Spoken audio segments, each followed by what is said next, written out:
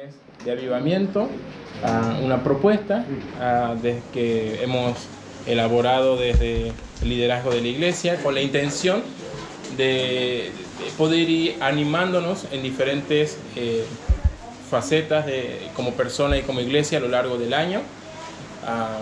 Cada mes va a tener una temática diferente, así que queremos invitarle a participar todos los domingos del año de ser posible, para no perderse ninguno de los mensajes ni de las instancias que vamos a estar tomando como iglesia. El día de hoy queremos dar inicio entonces al mes del avivamiento. Antes de definirlo y de presentar algunos casos, a lo largo de este mes vamos a ver ejemplos de avivamientos históricos, europeos, americanos. En la Biblia también vamos a ver nosotros biografías, vamos a estar determinando qué se necesita para llegar a un avivamiento como iglesia. Pero lo primero que quisiera hacer, hermanos, es decir que no es un avivamiento, para poder entender correctamente. Por ejemplo, campañas evangelísticas no son un avivamiento, y se puede llamar a algo, a un evento, ¿cierto?, como algo relacionado a un avivamiento, pero eso no hace que sea un avivamiento como tal. Uno puede anunciar, quizás como estamos haciéndolo aquí ya, y vamos a ver al final la actitud que debemos tener frente a esto, pero uno puede anunciar un evento de avivamiento, pero eso no hará que eso sea un avivamiento. Uno puede hablar acerca de efectuar un avivamiento, de la necesidad de llegar a un avivamiento, pero lo que en la práctica estaríamos haciendo es anunciar que vamos a tener una serie de mensajes temáticos sobre el avivamiento. El avivamiento como tal no es algo que uno puede efectuar en fuerzas humanas. Uno puede montar una campaña evangelística, pero no puede montar un avivamiento. Una campaña evangelística o diferentes conferencias, eventos, pueden ser montados totalmente por hombres, organizados, anunciados y finalmente realizados por estos. Puedes poner a disposición de estos eventos infraestructura, recursos y todo lo necesario para llevarlo a cabo. Pueden haber personas involucradas, líderes personales, predicadores, ujieres, servidores, grupos de alabanza. Todo esto lo pueden hacer los hombres.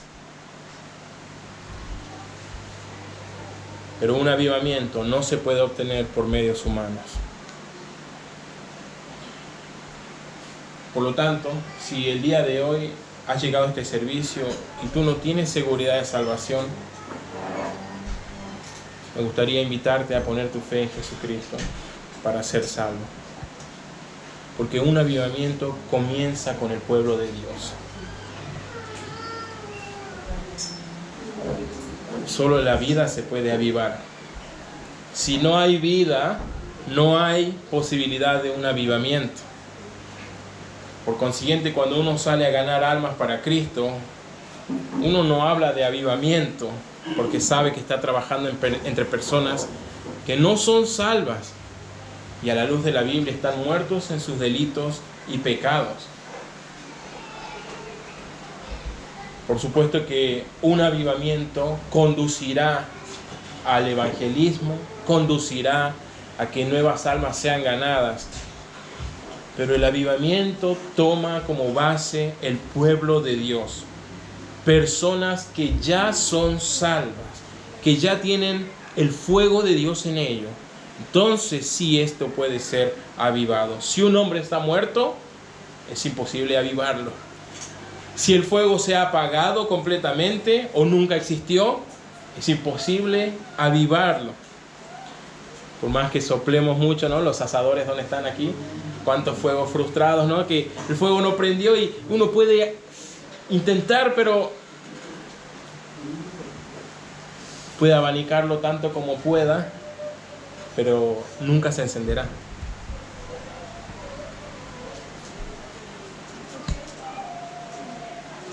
Por más que nos esforcemos, nunca podremos avivar lo que está muerto. Algo que no ha sido vivificado en el Señor no puede ser avivado. El avivamiento es para los creyentes, es para nosotros, es para la iglesia. Si las almas están muertas en sus delitos y pecados, es absolutamente imposible avivarlas. En cambio, sí es posible avivar al pueblo de Dios. Y allí donde hay vida y donde Cristo ha vivificado una persona, siempre existe la posibilidad del avivamiento. Los que realmente son salvos, los que realmente han nacido de nuevo y se han enfriado o vuelto indiferentes, han perdido su primer amor, estos pueden ser avivados. Sí, está bien. Por favor, mire el libro de Apocalipsis capítulo 3. Apocalipsis capítulo 3. Hay una serie de mensajes en estos capítulos. El mismo Señor Jesucristo envía a diferentes congregaciones en la región de Asia Menor.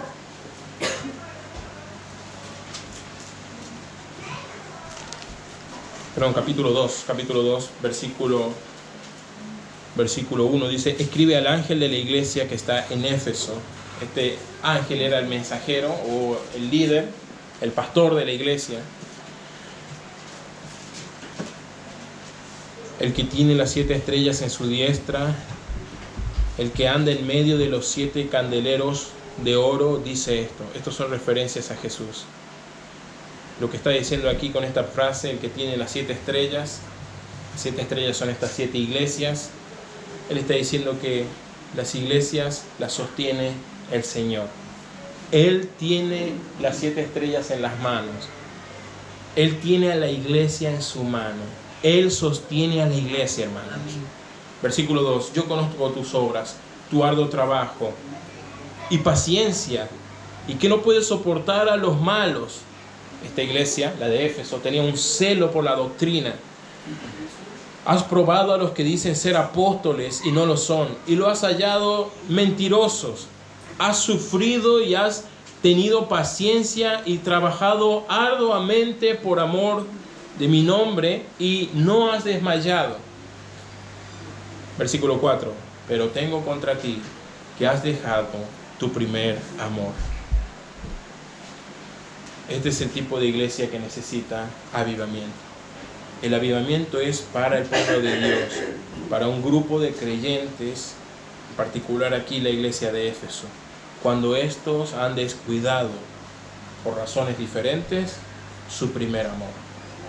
Versículo 5. Recuerda por tanto de dónde has caído y arrepiéntete y haz las primeras obras, pues si no, vendré pronto a ti y quitaré el candelero de su lugar si no te hubieres arrepentido. El Señor exhorta, hermanos, a la iglesia de Éfeso en particular, a los creyentes en general y a las iglesias en general que han olvidado, dejado el primer amor. Recuerda de dónde te salvó el Señor. Vuelve a las primeras obras, a ese primer amor. El avivamiento es para el pueblo de Dios, no es para los inconversos, es para nosotros. A lo largo de la historia hubo diferentes hombres y también mujeres que fueron los instrumentos humanos usados por Dios para llevar adelante diferentes avivamientos. En la Biblia tenemos, después de la crucifixión del Señor Jesucristo, los primeros apóstoles como Pedro y Juan, con sermones que llevaban a personas a convertirse, se bautizaban por miles, se añadían las personas por miles a la iglesia de Jerusalén. Pero a lo largo de la historia han habido diferentes hombres y mujeres que han sido también instrumentos usados por Dios. El caso en Norteamérica de Jonathan Edwards, John Wesley, en Europa, Charles Spurgeon, y un hombre llamado Evan Roberts, que fue el que llevó al avivamiento de Gales. Es interesante que, independiente de estos hombres y mujeres, instrumentos de Dios usados para llevar adelante un avivamiento, la presencia de un predicador de renombre no es avivamiento.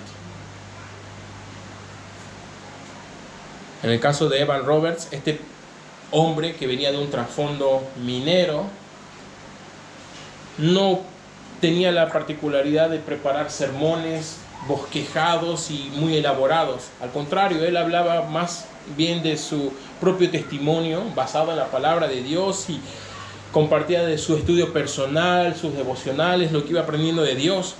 Sin embargo, Dios actuaba a partir de aquello. No está sujeto ni depende de un hombre. No importa qué tanto renombre pueda tener este predicador. El avivamiento no está sujeto a él. Ningún hombre puede atribuirse la gloria. No quiero decir que no se puedan predicar sermones sobre este tema. Claramente se puede. Lo estamos haciendo aquí nosotros. Pero el avivamiento arrasará independientemente de los sermones y todos enaltecerán a Dios. Y aunque se predican sermones sobre el avivamiento, los sermones sobre avivamiento no son avivamiento tampoco. Cuando uno efectúa una campaña, un mes temático, una prédica, las campañas terminan, el mes se acaba, el sermón llega a su fin, la reunión tiene un final y todo ha acabado. Todos volvemos a nuestra vida, todo queda en el pasado. Sin embargo, cuando hay un avivamiento, este sigue y sigue continuamente en las personas, con más poder que nunca, independiente del lugar, del predicador o de la calidad del sermón. El predicador ya se ha ido, pero el avivamiento continúa en los creyentes. En otras palabras, el avivamiento no depende de los hombres, de hombres montando campañas de avivamiento, hombres elaborando sermones de avivamiento y hombres importantes predicando esos avivamientos. Eso no importa, hermanos. El avivamiento es la obra de Dios. Es su mérito. Es su obra. Los hombres podemos montar escenarios, preparar sermones, pero es el Espíritu de Dios el que avivará los corazones de los creyentes. Cuando Evan Roberts, quien fue el instrumento humano en el avivamiento de Gales, terminaba sus mensajes poco preparados y acababan los servicios, el avivamiento continuaba. No dependía de un hombre. Por eso el día de hoy, hermanos, queremos despejar estas ideas inexactas. El avivamiento no vendrá solo por estar aquí el día de hoy, porque este servicio acabará en algún momento, un ratito más ya. El avivamiento vendrá cuando nos entreguemos por completo al Espíritu Santo. Es el Espíritu Santo de Dios quien nos avivará, quien volverá a poner esa pasión, ese primer amor en nosotros. Será un pueblo encomendado al Espíritu Santo de Dios, que clama a Dios continuamente por ser lleno del Espíritu, el que experimentará un avivamiento. No será el resultado de una campaña, ni de un sermón, ni de la presencia de un predicador importante. Será el resultado de la obra de Dios por medio de su Espíritu. Cuando el Espíritu de Dios viene sobre una persona, sucede algo inusitado, algo maravilloso, algo asombroso. Y esto es algo que nosotros debemos aprender y hacerlo propio en nuestra vida. Aparte del Espíritu de Dios, es muy poco lo que podemos lograr por nuestros propios medios. El Señor dijo allá en Juan 15, separados de mí, nada podéis hacer. Tenemos en la Biblia incontables historias en el Antiguo Testamento y en el Nuevo Testamento de el resultado del pueblo de Dios cuando éste es lleno del Espíritu Santo y cuando este pueblo está vacío del Espíritu Santo. En los días jueves estamos estudiando el libro de Deuteronomio aquí en la iglesia y nosotros hemos repasado, porque la primera parte del libro de Deuteronomio repasa históricamente lo que ocurre después de que Israel sale del monte Sinaí hasta llegar a Cades Barnea, que sería el punto antes de cruzar a la tierra prometida. Ellos llegarían allí en tiempo y forma, 11 jornadas dice la Biblia que serían, 11 días ya, no 40 años. Ellos llegaron allí y cuando llegaron ahí Dios les dijo, suban y tomen posesión de la tierra. Hasta ese punto estaban llenos del Espíritu Santo, llenos de la presencia de Dios en el pueblo. Ellos fueron siguiendo la columna de fuego de noche, siguiendo la nube de día. Dios mismo iba delante de ellos guiándoles hasta Cades Barnea. Pero cuando llegaron allí, ellos temieron y fueron rebeldes al mandamiento de Dios y no subieron y tomaron la tierra prometida. En ese momento Dios declararía un juicio sobre esta generación, diciendo que nadie de esa generación entraría a la tierra prometida. Por lo tanto, ellos deberían devolverse un poquito al desierto y pernoctar 38 años hasta que se renueve la generación de Israel. Cuando Dios declara este juicio sobre Israel, ellos dicen, mejor sí subamos. Entonces ahora sí quiero subir al monte y tomar la tierra. Y hay una frase que da escalofrío. Dios le dice a ellos, no suban, mi presencia ya no está entre vosotros. Cuando ellos ahora son desobedientes al mandamiento de no subir, y suben igual, entonces porque no querían volver al desierto y quedarse allí, sale el amorreo y derrota a Israel. Ellos tienen sus primeros fracasos espirituales y materiales allí en el desierto. La Biblia dice que necesitamos que el poder del Señor esté presente. ¿Podrías decir eso de ti mismo? ¿Está presente en tu vida? ¿Está el Señor y su poder presente en tu familia? ¿El poder del Señor está presente en tu matrimonio? ¿Está presente el poder del Señor en tu propio ser? Vemos a los antiguos asombrarse de las obras que Dios hacía, alabar a Dios por su magnificencia, su poder y sus obras. Cuando Dios abre el mar y pasan en seco caminando. Cuando Dios destruye uno por uno los ídolos de Egipto por medio de las plagas. Cuando Dios da agua de la roca y maná del cielo. Cuando Dios literalmente ralentiza la rotación de la tierra para que aquella batalla que Josué libraba pudieran ganar, y el día se extiende más de 24 horas por una única vez en la historia humana.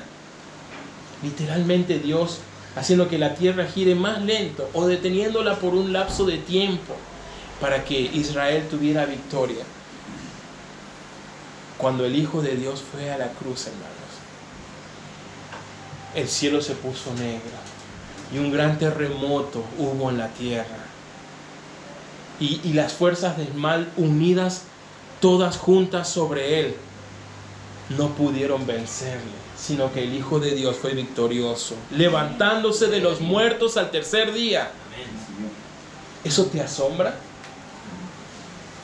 ¿Te asombras tú del gran poder de Dios?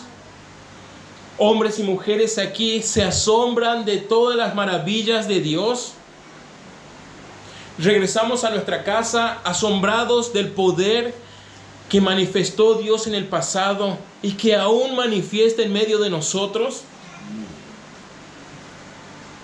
Eso es avivamiento. Clamar a Dios que su poder sea presente en nosotros y en nuestra iglesia. Y nunca dejar de maravillarnos de ese poder, de su carácter y de sus obras. Avivamiento entonces es un despertar en el espíritu de una parte del pueblo de Dios que se encuentran por algunas circunstancias aletargados o dormidos. El Señor dijo: tengo contra ti que has abandonado o dejado tu primer amor. Cuando una persona, una congregación, una ciudad se encuentra en esa condición, debe clamar a Dios por un avivamiento. Que su poder se haga presente entre nosotros y en nosotros. Que nos permita maravillarnos por sus obras. Para que haya un avivamiento en los términos bíblicos, hay un precio que pagar. Por favor, mira 1 de Juan capítulo 1. 1 de Juan capítulo 1.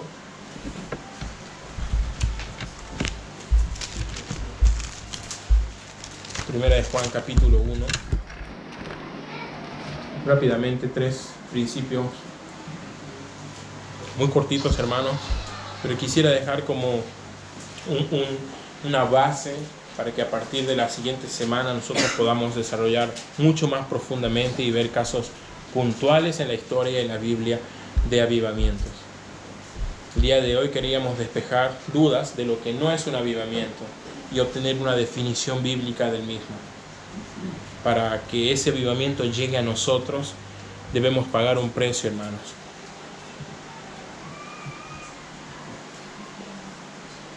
Número uno, debemos estar en paz con Dios. En paz con Dios. La razón, hermanos, por la que tantas personas, tantos creyentes son tibios, son indiferentes en cuanto a las cosas de Dios, son como, ¿cierto? Como, otra vez, ¿cierto? La razón es porque no gozan de su salvación. El motivo es, hermanos, porque ellos tienen algún pecado oculto en su corazón que nunca han confesado.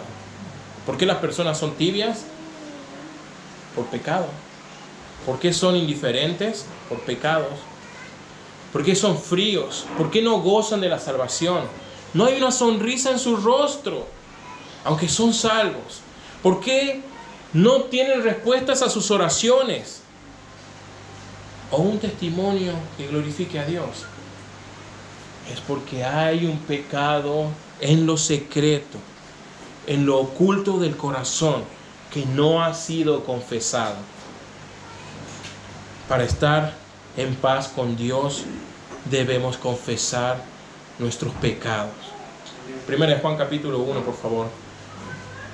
Versículo 6. Si decimos que tenemos comunión con Él y andamos en tinieblas, estamos mintiendo y no practicamos la verdad. Pero si andamos en luz como Él está en luz, tenemos comunión los unos con los otros, entonces la sangre de Cristo nos limpia de todo pecado. Si decimos que no tenemos pecados, nos engañamos a nosotros mismos y la verdad no está en nosotros. Pero si confesamos nuestros pecados, Él es fiel y justo, hermanos, para perdonar nuestros pecados y limpiarnos de toda maldad. Si decimos, versículo 10, que no hemos pecado, mentimos nosotros, ¿cierto? Lo decía anteriormente. O ahora le hacemos a Él mentiroso. Alguien miente, ¿cierto? Si no hay pecado en nosotros, alguien miente. Dios, que dijo en su palabra que no hay justo ni aun uno. O nosotros, que somos pecadores y no lo queremos reconocer. Pero Dios no miente, hermanos, ¿saben? Entonces, si su palabra es inerrante y perfecta, ya entonces aquí está muy claro quién es el mentiroso, ¿no? Somos nosotros, hermanos. Para que haya un avivamiento, debemos pagar el precio de confesar nuestro pecado delante de Dios para estar en paz con Él. No avivará Dios una congregación, una persona que por orgullo no quiere reconocer aquel pecado en lo oculto.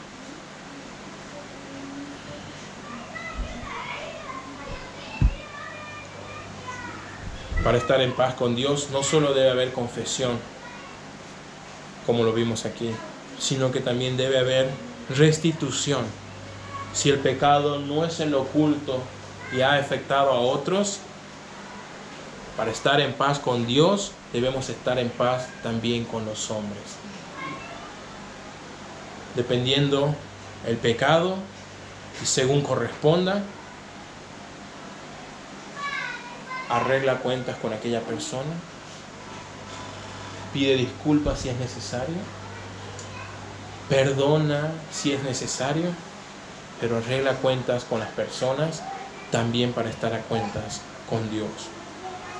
No podemos estar en buenas con Dios y seguir en una mala relación con los hombres. Para poder estar en paz con Dios, hay que estar también en paz con los hombres. El precio que pagar por un avivamiento es dejar de lado el orgullo, de no reconocer nuestro pecado, de justificarlo, de ocultarlo, para confesarlo, ser perdonado por Cristo, apartarnos de Él y buscar estar en paz con Dios. Número 2, debemos afanarnos en la oración. Mire el libro de Hechos, capítulo 4, por favor. El libro de Hechos, capítulo 4.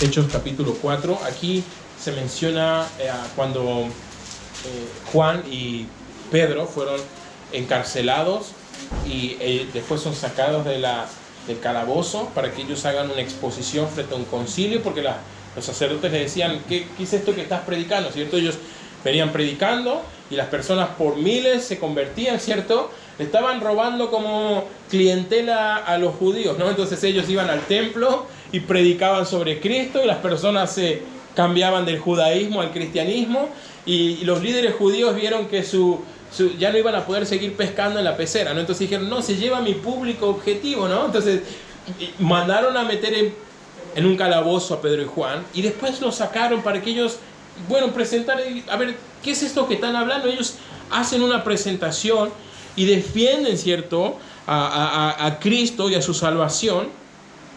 Por favor, mira lo que dice, capítulo 4, versículo 23. Y cuando ellos fueron puestos en libertad, vinieron a los suyos y contaron lo que los principales sacerdotes y ancianos le habían dicho. Y ellos, habiéndolos oído, mira esa frase, alzaron unánimes la voz a Dios. Y dijeron, soberano Dios, tú eres el Dios que hiciste el cielo y la tierra, el mar y todo lo que en ellos hay, que por boca de David tu siervo dijiste, ¿por qué se amontinan las gentes y los pueblos piensan cosas vanas? Y se reunieron los reyes de la tierra y los principales se juntaron en una contra el Señor y contra su Cristo. Reconocen aquí ellos de dónde viene esta oposición. 27. Porque verdaderamente se unieron en esta ciudad contra tu santo Hijo Jesús, a quien ungiste, Herodes y Poncio Pilato, con los gentiles y el pueblo de Israel.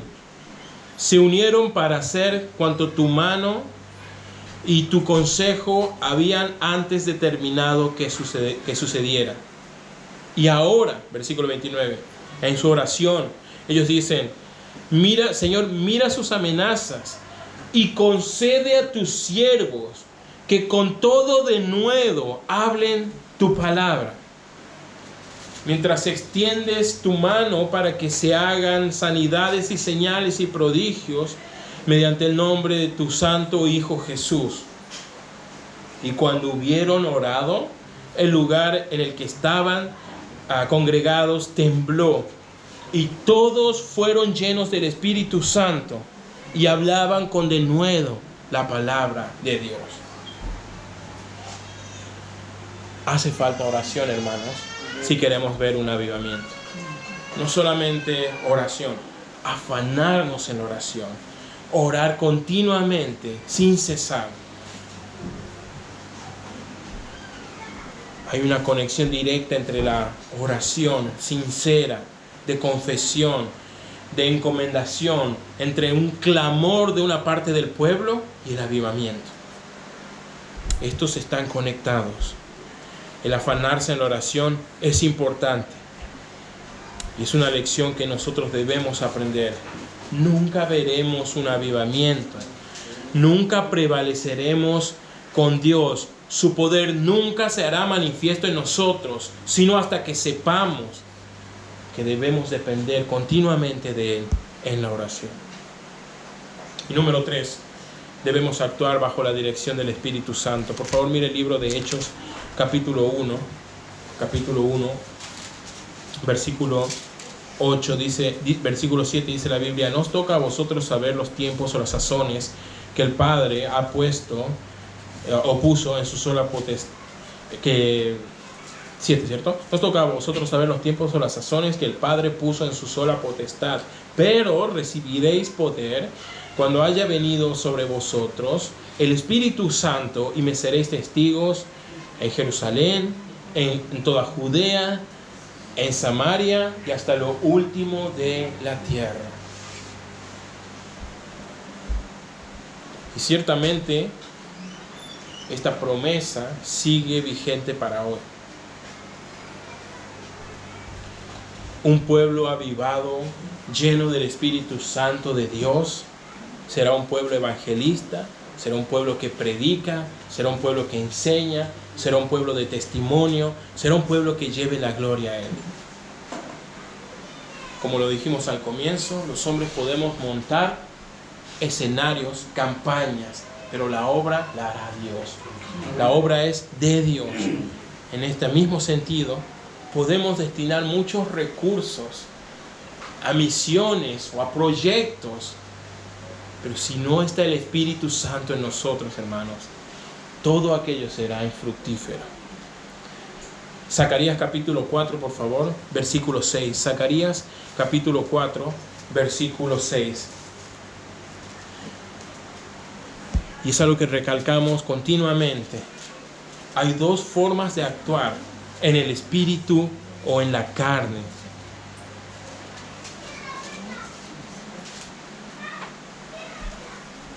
Podemos confiar en nuestra planificación, infraestructura, recursos, estudios, formación. O podemos confiar en el Espíritu Santo de Dios. ¿Qué diferencia, hermanos? Tenemos que decidir el día de hoy si vamos a actuar en las fuerzas de la carne o en el poder del Espíritu Santo de Dios. Zacarías dice: entonces respondió y me habló diciendo: esta es la palabra de Jehová a Zorobabel, que dice: no con ejército ni con fuerza, sino con mi espíritu, ha dicho Jehová de los ejércitos. En otras palabras, el ingenio humano, el intelecto, inclusive la voluntad, no puede sustituir el poder del Espíritu Santo de Dios. El día de hoy, hermanos, clamemos a Dios un avivamiento. Paguemos el precio que sea necesario. Confesemos el pecado. Nos acerquemos a Él más en oración y pidamos la dirección del Espíritu Santo en todo. Entonces vendrá un avivamiento en nosotros y en nuestra congregación. Vamos a tomar un momento para orar. Padre, te damos gracias, Señor, por este tiempo.